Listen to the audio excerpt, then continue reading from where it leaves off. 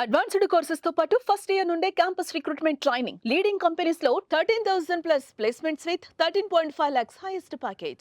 నమస్తే, welcome to Suman TV. YCP అధినేత YS Jaganmohan Reddy గారి పల్నాడు పర్యటనకు సంబంధించిన దృశ్యం ఇది. వేలాదిగా కార్యకర్తలు, జగన్ అభిమానులు రోడ్ల మీదకు వచ్చేశారు జగన్మోహన్ రెడ్డి గారిని చూడటం కోసం. జగన్మోహన్ రెడ్డి గారి పర్యటన ఆశాంతం. ఆయన ఎక్కడి నుంచి అయితే బయలుదేరారో అక్కడి నుంచి వందలాదిగా వాహనాలు వేసుకొని రావటం.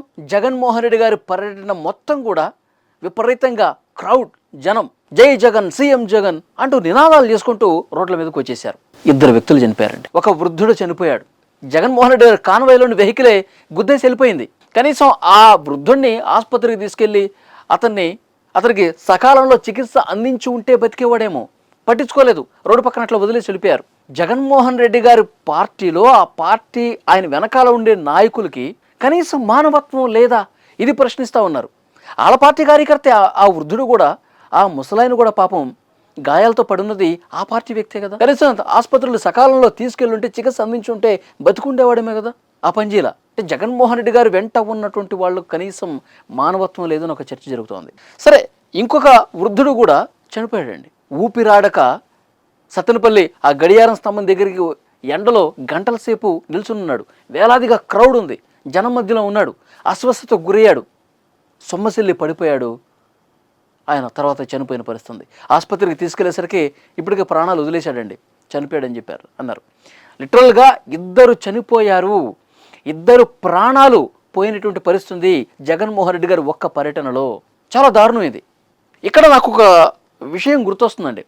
కొన్ని నెలల ముందు పుష్ప 2 సినిమా రిలీజ్ సమయంలో సంధ్యా థియేటర్ దగ్గర తొక్కిసలాటలో ఒక తల్లి చనిపోయింది. వారి కుమారుడు ఇంకా ఆసుపత్రిలో చావు బతుకుల మధ్య కొట్టుమిట్టాడుతూ ఉన్నాడు.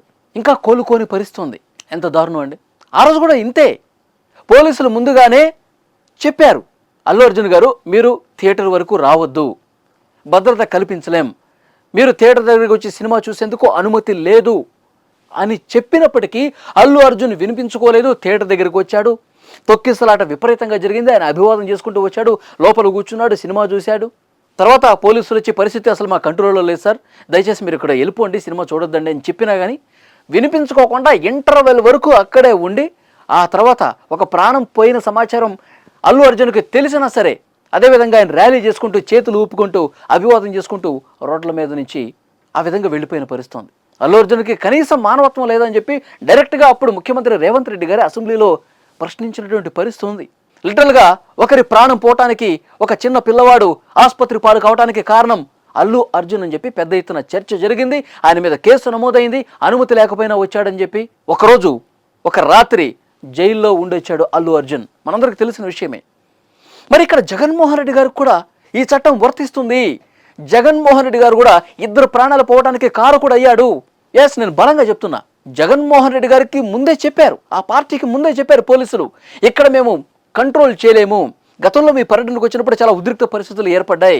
మీరు ఒక కుటుంబాన్ని పరామర్శించడానికి వెళ్తున్నారు, మీరు 3 వెహికల్స్లో మాత్రమే రండి సార్, ప్లీజ్. ఒక 100 మంది నాయకులు వెంటేసుకుని రండి, మేము తప్పకుండా మీకు భద్రత కల్పిస్తాం, మీ వెంట ఉంటాం, మీరు పరామర్శించి వెళ్లే వరకు జాగ్రత్తగా చూసుకుంటాం.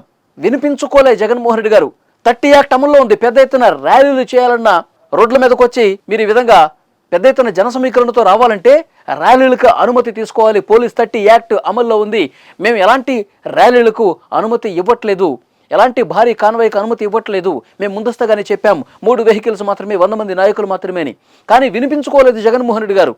వేలాదిగా రోడ్ల మీదకి వచ్చేశారు. అంటే అభిమానాన్ని ఆపేస్తారా? వాళ్ళంతటా వాళ్ళు స్వచ్ఛందంగా వస్తుంటే ఆపేస్తారా? నాయకుడు ఒక మాట చెప్తే కంట్రోల్ కాదండి పరిస్థితి.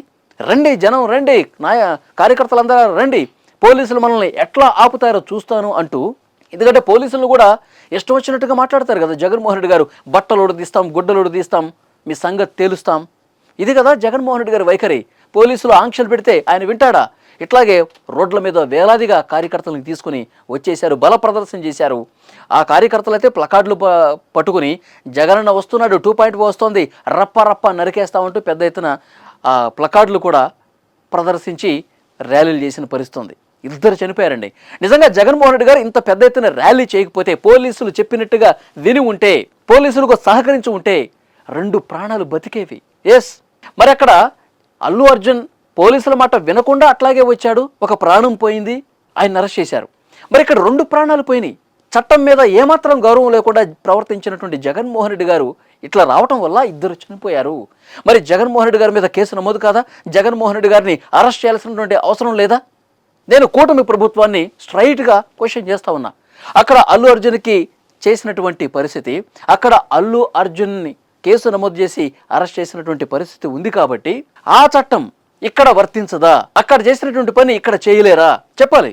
మరి ఈ విషయం మీద కేసు నమోదవుతుందా లేదా జగన్మోహన్ రెడ్డి గారికి సంబంధించి, జగన్మోహన్ రెడ్డి గారి అరెస్టు వరకు వెళ్తుందా లేదా చూడాలి. కూటమి ప్రభుత్వాన్ని నేను నేరుగా ప్రశ్నిస్తున్నా.